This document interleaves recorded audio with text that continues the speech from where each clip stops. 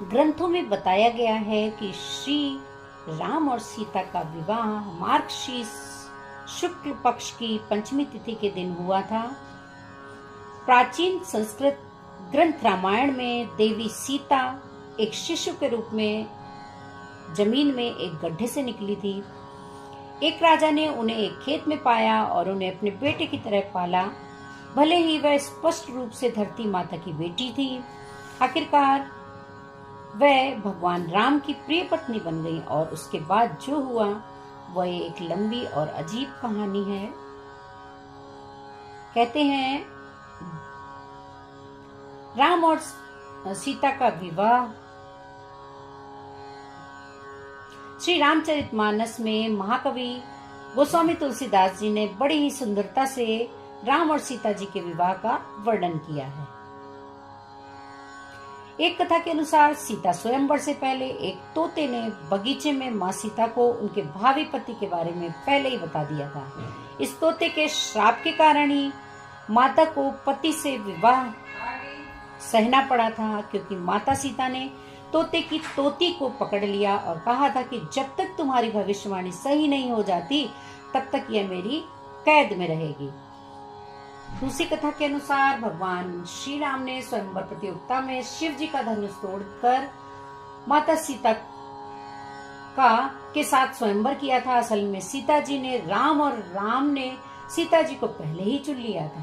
तीसरा, स्वयंवर के बाद मार्गशीर्ष अगहन मास की शुक्ल पक्ष की पंचमी को भगवान श्री राम तथा जनक पुत्री जानकी सीता का विवाह हुआ था। तभी से इस पंचमी को विवाह पंचमी पर्व के रूप में मनाया जाता है। नंबर 4, कहा जाता है कि इनका विवाह देखने को स्वयं ब्रह्मा विष्णु एवं रुद्र ब्राह्मणों के वेश में आए थे। दूसरी ओर सभी देवी देवता भी विभिन्न वेश में उपस्थित हुए थे। चारों भैया में श्री राम का विवाह सबसे पहले हुआ था। नंबर 5, विवाह के समय महर्षि वशिष्ठ और राजर्षि विश्वामित्र उपस्थित थे। विवाह का मंत्रोच्चार चल रहा था और उसी बीच कन्या के भाई द्वारा की गई रस्म की बारी आई। तब वहीं पर धरती माता भी बैठी थी, तो उनके पुत्र मंगल देव ने इस रस्म को पूरा किया। हालांकि इस घटना का उल्लेख रामायण में बहुत कम मिलता है। छठा, श्री राम और सीता जी के विवाह में सभी देव देवी यक्ष और गंधर्व पधारे थे। पुराणों में इस विवाह का वर्णन है। कोई भी इस विवाह को देखने का मौका छोड़ना नहीं चाहता था। नंबर 7, इस विवाह का रोचक वर्णन आपको रामचरितमानस में ही मिलेगा। कुछ लोग श्री राम और सीता जी के विवाह को दुखद घटना मानकर इस दिन यानी पंचमी के दिन विवाह नहीं करते हैं। कैसे दुखद? क्योंकि राम और सीता ही रहे। पहले उन दोनों को वनवास हुआ, उसके बाद दोनों को 2 वर्ष तक एक दूसरे से अलग रहना पड़ा। 9, विवाह के समय श्री राम की उम्र 13 साल और देवी सीता की उम्र 6 वर्ष की थी।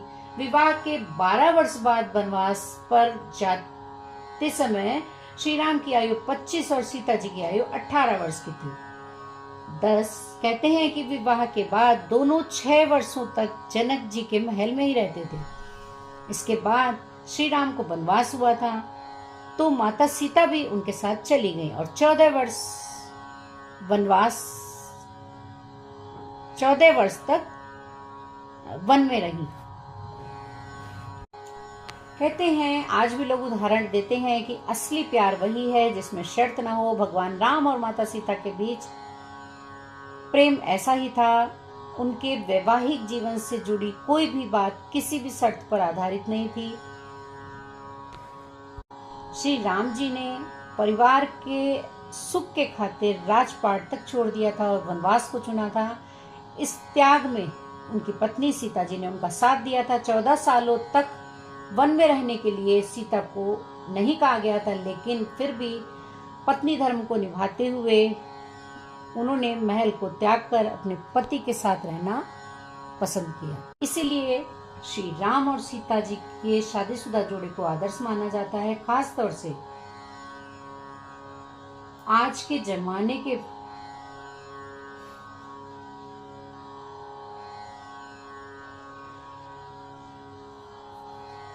और पति पत्नी को भगवान राम और माता सीता के रिश्ते के बारे में ही सिखाया जाता है।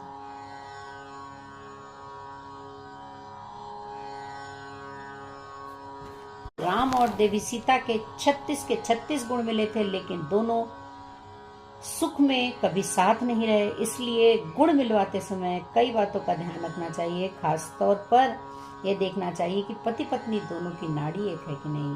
अच्छा, विवाह पंचमी की सभी को हार्दिक शुभकामनाएं। वीडियो पसंद आई हो तो प्लीज़ एक लाइक करिएगा और चैनल को सब्सक्राइब करिए।